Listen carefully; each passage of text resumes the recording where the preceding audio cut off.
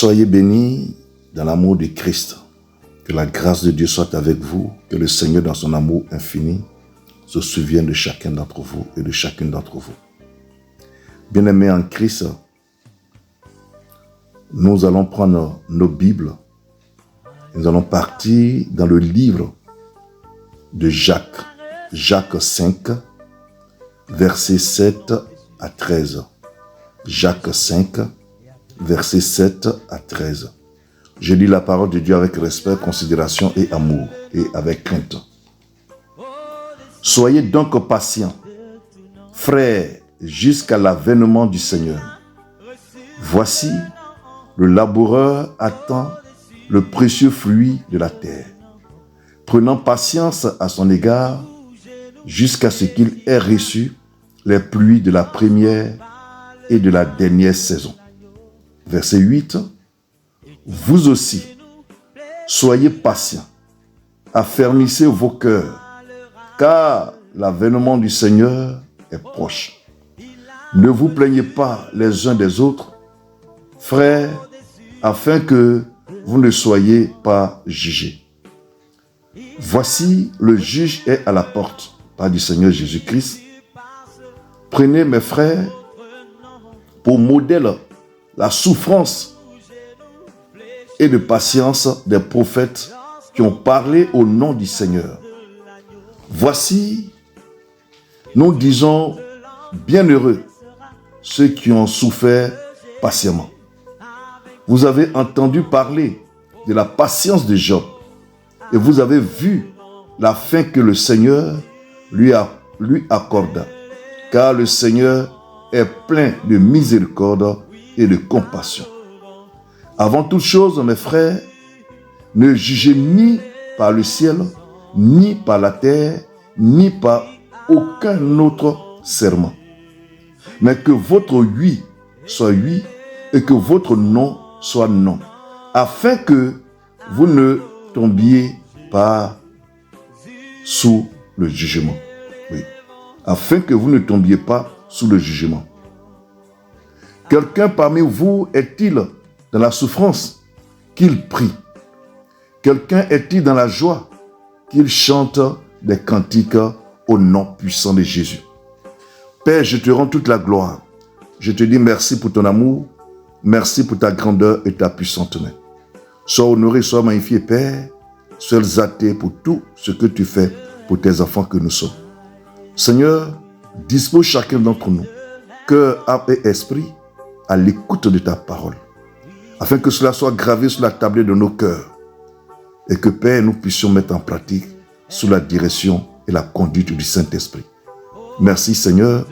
Je m'efface afin que Dieu, tu puisses croître. Prends le contrôle de tout. Dispose de toutes choses et que la gloire, la puissance et l'élévation te soient rendues. C'est dans le nom de Jésus que je t'ai prié. Amen.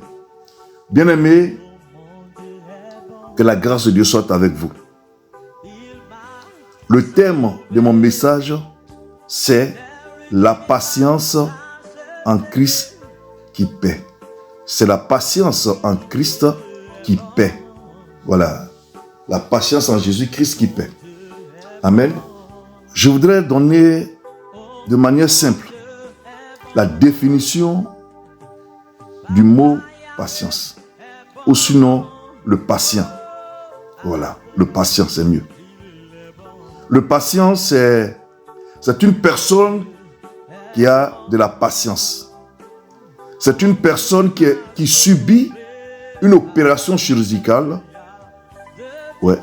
Qui subit une opération chirurgicale sur une table d'hôpital ou spirituelle. Donc, ça vient du Seigneur ou un traitement médical. C'est-à-dire qu'un médecin qui te donne des médicaments et tu dois suivre le traitement. Comment il faut prendre les choses patiemment et chaque jour et comment. Quand nous lisons ce passage, nous voyons que l'apôtre Jacques nous parle de la patience dans notre relation avec le Seigneur Jésus. C'est vrai que beaucoup sont venus en Christ. Beaucoup sont venus, mais beaucoup sont repartis dans le monde parce qu'ils sont pressés. Parce qu'ils sont venus juste pour le mariage, juste pour le travail. Ils sont venus parce qu'ils sont opprimés. Ils sont venus parce qu'ils traversent des moments difficiles. Ils sont oppressés. Ils veulent trouver la solution en Christ. Et quand ils constatent que leur situation ne change pas, qu'il n'y a pas de changement radical dans la semaine, dans le mois, dans l'année, immédiatement, ils retournent dans le monde. Ils vont encore vers les marabouts, les féticheurs. Ils vont vers les sorciers. D'autres sont dans la franc-maçonnerie aujourd'hui. Il y a beaucoup de choses. Mais tout cela vient à l'esprit des gens parce que ces personnes ne cherchent pas réellement le royaume des cieux. Parce que ces personnes ne cherchent pas réellement la vie éternelle. C'est pourquoi ces personnes retournent encore dans les ténèbres. Parce que retourner chez un marabout, retourner chez un féticheur, chez un sorcier, chez un franc-maçon, chez un vaudou, chez un bouddhiste, pour aller le consulter, pour avoir une solution ou recevoir quelque chose, cela vient du diable, mais ne vient pas de Dieu. Avec le Seigneur, c'est la patience. C'est pour cela qu'il dit, si quelqu'un parmi vous est-il dans la souffrance, qu'il prie. Oui. Il nous a donné l'exemple de Job. Nous avons constaté que le diable est allé voir le Seigneur pour lui dire, Seigneur, ton fils Job est attaché à toi parce que tu l'as béni. Mais si tu lui arraches tout ce que tu lui as donné, il va te quitter. Mais qu'est-ce que le Seigneur va dire? Il va dire au diable, il dit, va, détruis tout autour de lui, mais ne touche pas à son âme. C'est-à-dire, ne le tue pas.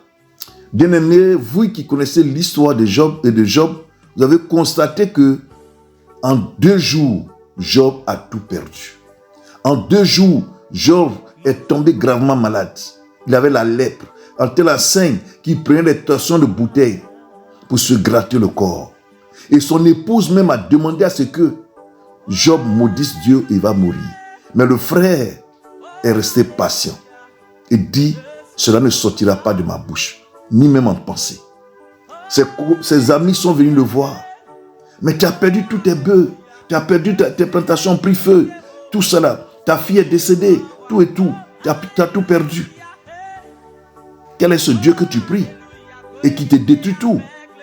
Mais Job est resté patient. Il a eu le regard tourné vers le Seigneur. Bien-aimé, je voulais te dire que quelle que soit la situation que tu traverses aujourd'hui, que ce soit un problème d'enfantement, que ce soit un problème de travail, que ce soit la maladie qui te ronge quelque part, je voulais te dire une chose. Il s'appelle Jésus-Christ de Nazareth. Son nom c'est Jéhovah El Shaddai, Elohim El Gibor. Il n'a point changé. Jésus n'est jamais en retard. Avec le Seigneur, c'est le temps, c'est la patience, car le temps est le deuxième nom du Seigneur. La patience en Christ, ça paye toujours, parce que le Seigneur se glorifie. Job est resté patient. Le Seigneur a regardé.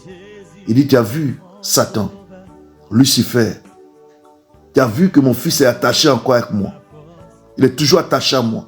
Il est resté fidèle. Il est resté constant dans sa relation avec moi. C'est ce que Dieu nous demande. Lorsque nous venons à lui, nous devons être patients. Car c'est la patience qui paie en Christ. Il y a l'obéissance, il y a la patience, il y a la soumission. C'est toutes ces choses qui vont te permettre de recevoir la grâce de Dieu dans sa vie. Sois patient. Laisse-toi façonner. Laisse-toi travailler. Que le Seigneur travaille dans ta vie. Que le Seigneur te façonne. Qu'il te dépouille de tout. L'orgueil. Qu'il te dépouille de le moi. Ce qui ne va pas dans ta vie. Laisse Dieu te transformer, frère. Laisse Dieu te transformer, ma soeur. Car c'est par la patience et dans la patience que le Seigneur va se glorifier dans ta vie. Vous voyez que lorsque une personne est gravement malade, qu'on amène à l'hôpital, on dit quoi? On te laisse sur le lit d'hôpital. Ils vont t'examiner. Ils vont donner les ordonnances. Il faut que tu restes là pour suivre le traitement. Parce que les médecins veulent vérifier certaines choses. Avec Dieu, c'est la même chose. La patience avec le Seigneur est plus importante pour notre bonheur. Pour que Dieu se glorifie dans notre vie. Il y a des personnes, comme l'a dit l'apôtre Jacques là, la souffrance des prophètes, de ces prophètes. Quand vous lisez l'histoire des prophètes de Dieu, tous sont passés par des moments difficiles, par des épreuves. Mais ils sont restés patients. Ils ont persévéré dans la patience, dans la prière. Il ne les a pas abandonnés. Dieu n'abandonne jamais ses enfants. Je le dis toujours, mettez Dieu au centre de votre vie. Que Dieu soit partout dans votre vie. Dans tout ce que vous faites, invitez le Seigneur, qu'il ait la première place, la place principale. Et vous verrez Jésus-Christ autour de vous, partout où vous êtes. Dieu est Dieu. Il n'a point changé. Il est le même hier, aujourd'hui et éternellement. Son nom, c'est Jésus-Christ. En son nom, tout genou fléchit. En son nom, toute langue confesse qu'il est Dieu, qu'il est Christ, qu'il est le Sauveur. Il le dit dans Jean. Je suis le chemin, la vérité et la vie. Nul ne vient au Père sans passer par moi. Nul n'aura accès au paradis sans passer par Jésus-Christ. Et en Jésus-Christ, c'est la patience qui va payer. Il faut être patient. Quelle que soit la situation, quelle que soit ta préoccupation, le Seigneur, il sait ta situation. Il voit ta souffrance. Il entend tes cris. Mais sois patient. Et un matin, le Seigneur, comme l'a fait pour Job, il va te restaurer. En une journée, le Seigneur a restauré Job. La maladie a disparu totalement. La lèpre a disparu. Plus de traces sur son corps. Sa femme a pris une grossesse. A mis au monde un enfant, une fille. La plus belle fille de toute la région, Jemima. Ses bœufs qu'il a perdus. Ses troupeaux de moutons. Son élevage de poulets. Tout ce qu'il a perdu. Il a trouvé le triple. Dieu l'a donné le triple de cette quantité qu'il avait perdue. Ses plantations ont fleuri. Des productions en grande quantité. Il était devenu l'homme le plus riche de la région. La plus belle fille venait de chez lui. C'était sa fille Jemima. C'est pourquoi toi qui m'écoutes aujourd'hui, ne perds pas patience. Ne te décourage pas. Sois dans la joie, bien le contraire. Ne murmure pas. Ne dis pas, Seigneur, regarde ma situation. Regarde comment tu as béni mon frère et tu m'abandonnes. Dieu n'abandonne jamais ses enfants. C'est un Dieu miséricordieux, Dieu tout-puissant. C'est un Dieu d'amour, un Dieu de compassion, un Dieu de paix. C'est pourquoi il ne faut pas murmurer. Il ne faut pas critiquer. Tu attends une grossesse. Ne te plains pas. Prie. Reste dans la patience. Continue de prier, de fléchir genoux. Continue de parler à Dieu et reste calme. Parce que lorsque tu attends un enfant, tu demandes quelque chose à Dieu. Le Seigneur dispose les anges de la bénédiction pour venir vers toi, pour te remettre la chose, ce que tu lui as demandé. Et que lorsque les anges commencent à venir et que tu commences à murmurer, tu commences à critiquer, Dieu demande aux anges d'attendre. Ils ont la chose dans leurs mains. Je prends vous les femmes qui attendez des enfants. Tu attends une grossesse, tu pleures. Et c'est toi qui dis non. Moi-même, est-ce que je vais faire encore, je vais enfanter encore? Est-ce que je peux prendre grossesse encore? Mais quand tu dis ça, tu retiens la main de Dieu, ma fille. Bien-aimée.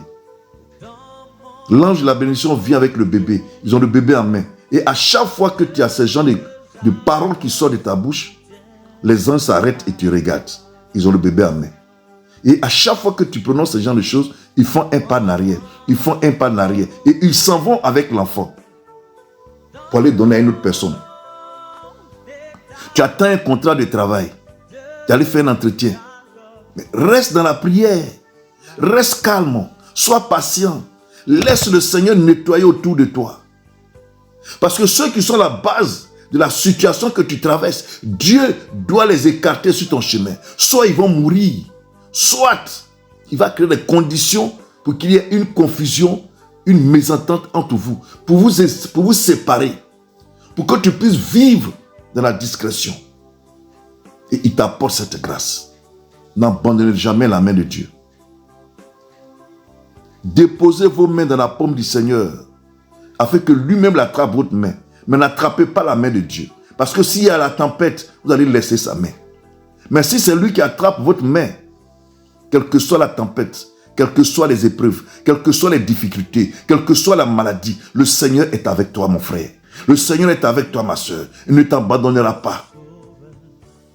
Il sera avec toi. Il n'a point changé. Alors sois patient. Sois patiente, ma soeur. Ils sont en train d'opérer une personne. Le médecin arrive pour l'opérer.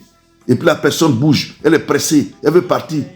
Mais tu vas mourir sur la table d'opération. Et c'est la même chose. C'est la même chose. Il faut apprendre à être patient. Apprenez à être patient avec le Seigneur. Parce qu'avec le Seigneur, il prend le temps de te nettoyer, de te débarrasser de tout ce qui est mauvais, qui ne glorifie pas son nom. Il prend aussi le temps de te façonner, de te disposer à recevoir la grâce. Pour ne pas que cette grâce, quand elle va venir, tu puisses la dilapider. C'est comme quelque chose qui arrive facilement. Quand tu reçois de l'argent facilement, tu dilapides ça. Mais quand tu souffres pour avoir, tu prends le temps de bien gérer. Tu fais un programme pour ne pas que cette somme finisse vite. C'est la même chose avec le Seigneur. Dieu prend le temps de nous débarrasser de ce qui est mauvais. Il prend le temps de nous débarrasser des personnes qui peuvent nous créer des problèmes, qui sont autour de nous. Deux fois même dans ta propre famille. Ça peut être ton père, ça peut être ta soeur, ça peut être ton frère, ton cousin, ta tante, qui est dans l'ombre, qui est à la base de ton problème. Dieu doit se débarrasser de cette personne d'abord. Dieu doit te montrer que voilà la personne qui est à la base de ton problème. Pour que quand il va finir de te nettoyer, qu'il va te préparer à recevoir ta guérison ou la grâce que tu attends de lui, comme travail ou enfantement ou finance pour réaliser tes projets ou pour créer ton entreprise. Lorsque Dieu va te donner cette grâce-là, va te faire cette grâce pour remettre ce dont tu attends de lui entre tes mains dans ta vie, tu sauras gérer, tu sauras te comporter au nom de Jésus. Il y a des gens qui sont autour de nous. Lorsqu'ils voient, ne serait-ce qu'un document de toi, tout se coule autour de toi. Parce qu'il dégage des vibrations négatives. Des fois, ces personnes ne savent même pas. Des fois, si elles savent, qu'elles entendent parler de ton projet, tout se bloque autour de toi. Et Dieu te révèle ces personnes. Et c'est dans la patience. Des fois, c'est avec la personne que tu marches. Lorsque j'étais encore en Afrique, en Côte d'Ivoire, il y a très longtemps, on était des amis, on marchait ensemble. Nous sommes amis jusqu'à aujourd'hui. Nous sommes restés très collés jusqu'à aujourd'hui. Nous sommes des frères. Et un jour, on était en train de manger de la loco, de la banane plantain mûre, frite. Et il y a un qui a dit, hé papa, j'imagine nous trois un jour en Europe. Pourtant, nous sommes 5 personnes et tout ensemble. Et ce jour, quand il parlait, nous n'étions que 3. Et moi, j'ai souri. Quand j'ai souri, il m'a dit, mais pourquoi tu souris? Il dit, je ne te dis pas maintenant. Quand le temps viendra, tu le sauras. Je te le dirai.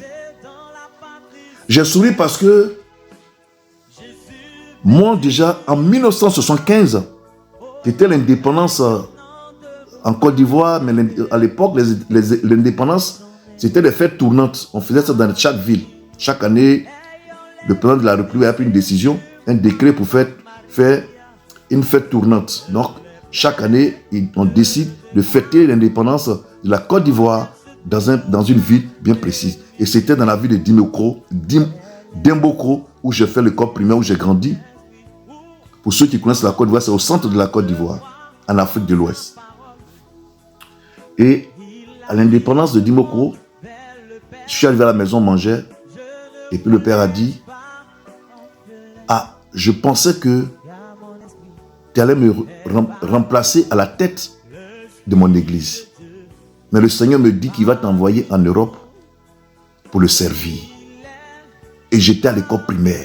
Donc quand mon frère et ami a dit ça, Blanchard Kofi, j'ai souri et je n'ai pas répondu. Parce que je savais qu'un jour j'allais venir. Mais dans quelles conditions et comment, je ne saurais vous le dire. Tout a été fait par la patience. Et on était tous ensemble, on était 5. Lorsque Dieu nous a débarrassés de 2 parmi nous, 2 personnes parmi nous, je ne veux pas dire les noms ici. Mon ami Golby a quitté la Côte d'Ivoire. Il a été le premier à venir. Et avant de venir, il est venu dormir chez moi et ses bagages. Il a fait 2 jours chez moi. Et puis, il est rentré en France. Définitivement. Et en 2004, il y avait une situation en Côte d'Ivoire où l'armée française était devant l'hôtel Ivoire. Ils ont tiré sur les Ivoiriens, ils ont tué les Ivoiriens au temps du président Laurent Gbagbo. C'était un carnage pas possible. C'est comme ils abattaient des animaux. C'est comme ils étaient en guerre avec des personnes, avec une autre armée. Mais les gens étaient les mains nues. Et c'est dans la même semaine que un prophète, un homme de Dieu, très jeune d'ailleurs, qui devait avoir dans les 23 ans, 24 ans, qui m'a dit, homme de Dieu, le Seigneur me dit que tu vas aller en France.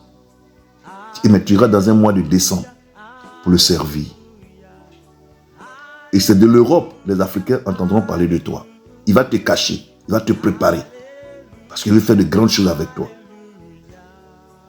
Et tu as prévu dans le réveil spirituel, dans son programme de réveil spirituel en Afrique. Le frère a dit ça. C'est 10 ans plus tard que moi je suis venu en France. 10 ans plus tard. Et je suis venu dans un mois de décembre, effectivement. J'avais oublié le mois. Mais c'est 10 ans plus tard. Vous voyez, en 1975 et ensuite en 2004. Et 10 ans plus tard, je suis arrivé en France et dans un mois de décembre, j'ai rejoint mon épouse et puis les enfants. Et le 3e Blanchard Kofi, il est arrivé et c'est moi qui suis allé chercher à l'aéroport. Et il est là, ça fait 4 ans qu'il est là maintenant. 4 ans.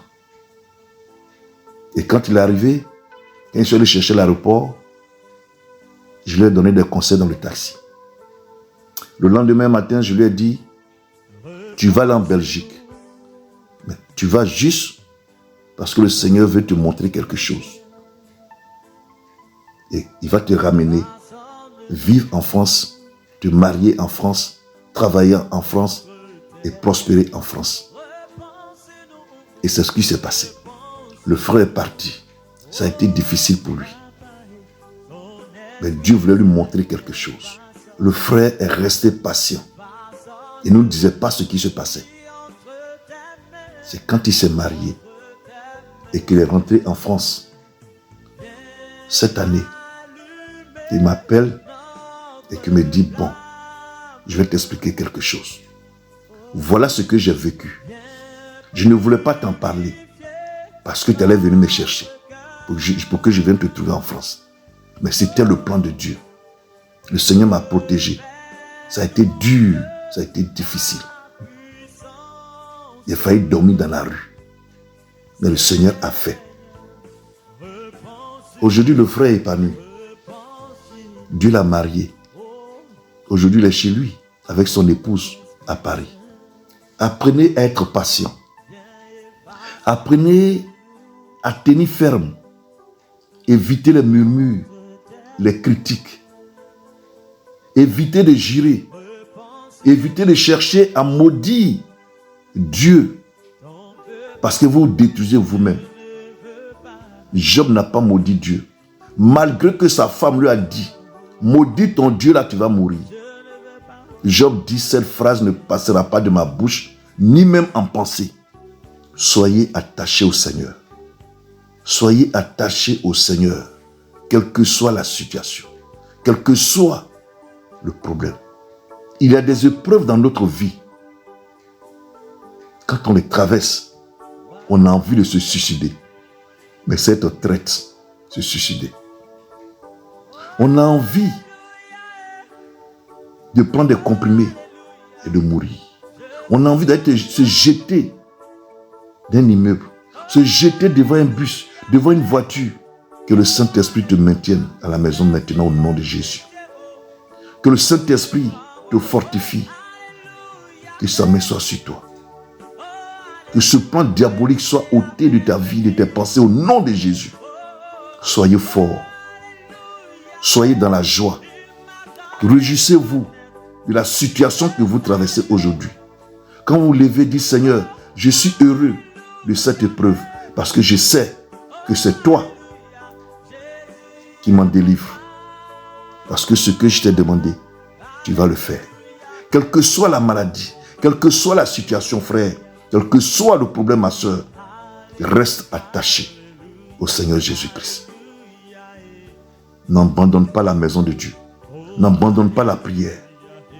Dieu, à son temps venu, à son temps convenable, il suscitera la servante de Dieu ou l'homme de Dieu par qui il va passer pour ta délivrance. Je vais terminer pour vous dire que depuis un certain temps, je suis sur Facebook et YouTube et même TikTok. Et il y a une soeur qui m'a envoyé un message de demander d'amitié sur Facebook. Et je lui ai envoyé une réponse. Je n'ai pas répondu à son invitation. J'ai pu envoyer un message. Que souhaiterez-vous que je fasse pour vous? Et elle va me répondre. Je suis dans le besoin de la prière. J'ai fait toutes sortes de prières. Je n'ai pas de solution. Rien ne va plus dans ma vie. Je suis épuisé. Je prends de l'âge. Et quand j'ai vu ça, je lui ai envoyé, j'ai répondu à son invitation et je lui ai envoyé mon numéro de téléphone. Et je lui ai dit, appelle-moi sur ce numéro. Et la soeur m'a appelé. J'ai commencé à prier avec la soeur. Le Seigneur a commencé la délivrance. Ce n'est pas parce que l'homme de Dieu chez qui elle est, Dieu ne peut pas opérer le miracle. Parce que cet homme de Dieu n'a pas cette mission.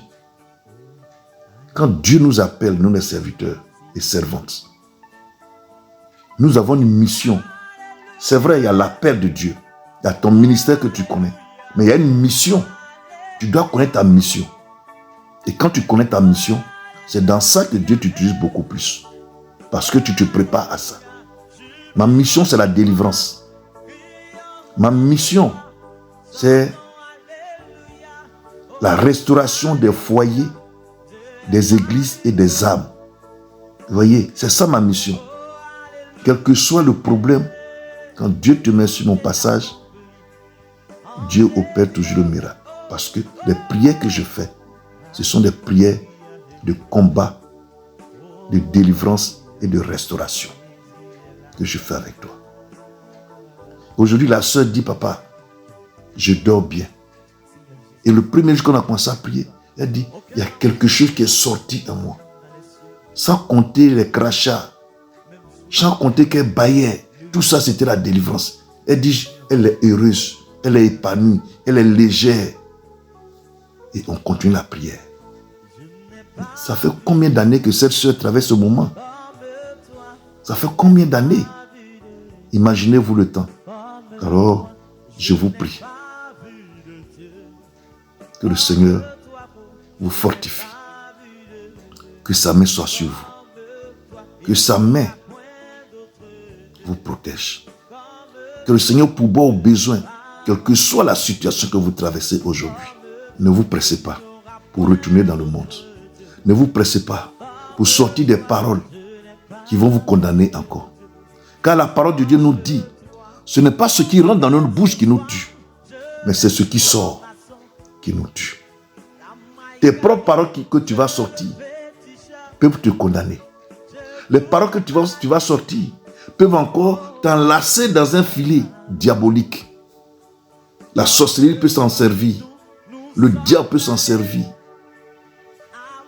pour créer encore d'autres blocages dans ta vie. Alors, bien-aimés, soyez patients dans l'amour du Christ. Et le Seigneur va opérer le miracle dans votre vie. Que Dieu vous bénisse. Que le Seigneur se glorifie dans vos vies. Merci Seigneur. Béni sois-tu Père. Vous avez fermé les yeux, je vais prier. Oh Dieu de gloire, Dieu de justice, Dieu de bonté, Dieu de délivrance, Père. Seigneur, ce matin, en ce jour béni de toi, en cette nuit, en ce moment, Père, je proclame la délivrance de tes enfants dans le nom puissant de Jésus.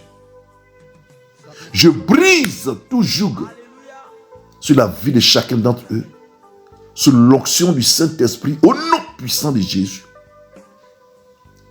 Nous détruisons l'esprit de stérilité, de chômage. Le feu du Saint-Esprit consume, Père, l'esprit de mari déni, l'esprit de célibat, l'esprit de stérilité, l'esprit de blocage, de rejet, dans le nom puissant de Jéhovah El Shaddai. Saint est ton nom, Père. Tes enfants sont à toi, Père. Glorifie ton nom dans les vies. Manifeste-toi puissamment dans les vies. Que la gloire, la puissance et l'élévation te soient rendues. C'est dans le nom de Jésus que j'ai prié. Amen. Que le Seigneur vous bénisse. Que sa main soit sur vous. Restez patient dans la prière et le Seigneur va se glorifier. Amen.